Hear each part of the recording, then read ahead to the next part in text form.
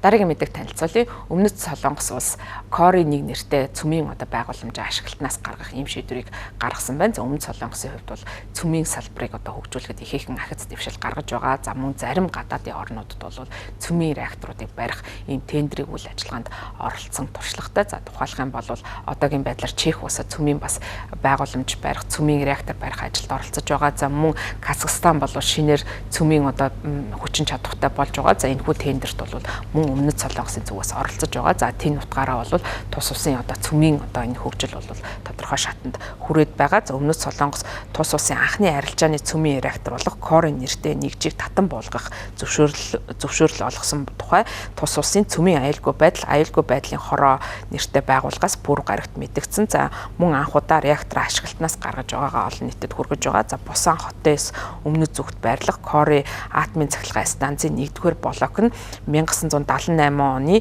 4-р сараас хойш 40 жилийн хугацаанд ажилласны эцэст 2017 оны 6-р сард бүр мөсөн үйл ажиллагаанд цогссон. За өнгөрсөн оны 5-р сард Кори Hydro Nuclear Power нэртэй реактороос цацраг идэвхт бодисыг зайлуулах зорилгоор химийн бодисоор халдваргүй жилд бол хийж эхэлсэн ашиглалтнаас гарахад бол эхний чухал алхам болсон. За Кори реакторыг амжилттай ашиглалтнаас гаргах явдал нь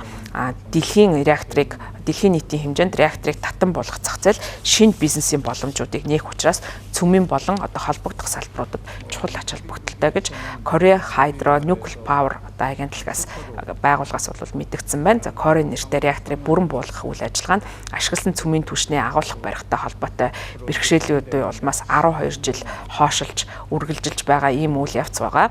Цаашдаа ч гэсэн энэхүү үйл явц үргэлжлэх төлөвтэй гэдгийг аюулгүй байдлын бас албадаас мэдэгдэж байна. За Кори нэгийг тооцох юм бол Өмнөд Солонгос 26 цөмийн реактортай, үүнээс одоогийн байдлаар 20 нь бол бүрэн ажиллагаатай байгаа юм байна. За энэ 20 реактор нь нийтдээ 20,854 гигаватт цахилгаан эрчим хүчийг үйлдвэрлэх ийм хүчин чадалтайгаар ажиллаж байна. За үлдсэн 6 реакторын 5 нь зохицуултын засвар үйлчилгээнд хамрагдаж байгаа. За төр зогсоосон Кори 2 реактор нь олон 10 жил ажилласны эцэст цаашдаа бол засгийн газрын өгсөн зөвшөөрлийн дагуу үйл ажиллагааныг нь уртасгах ийм зөвшөөрлийг хүлээж байгаа юм байна. За ийм учраас бол Кори 2 нь цаашдаа ажиллах бүрэн боломжтой бол Кори 1-ийн үйл ажиллагааг нь бүрэн зогсоох ийм шийдвэрийг Өмнөд Солонгосоос гаргасан байна.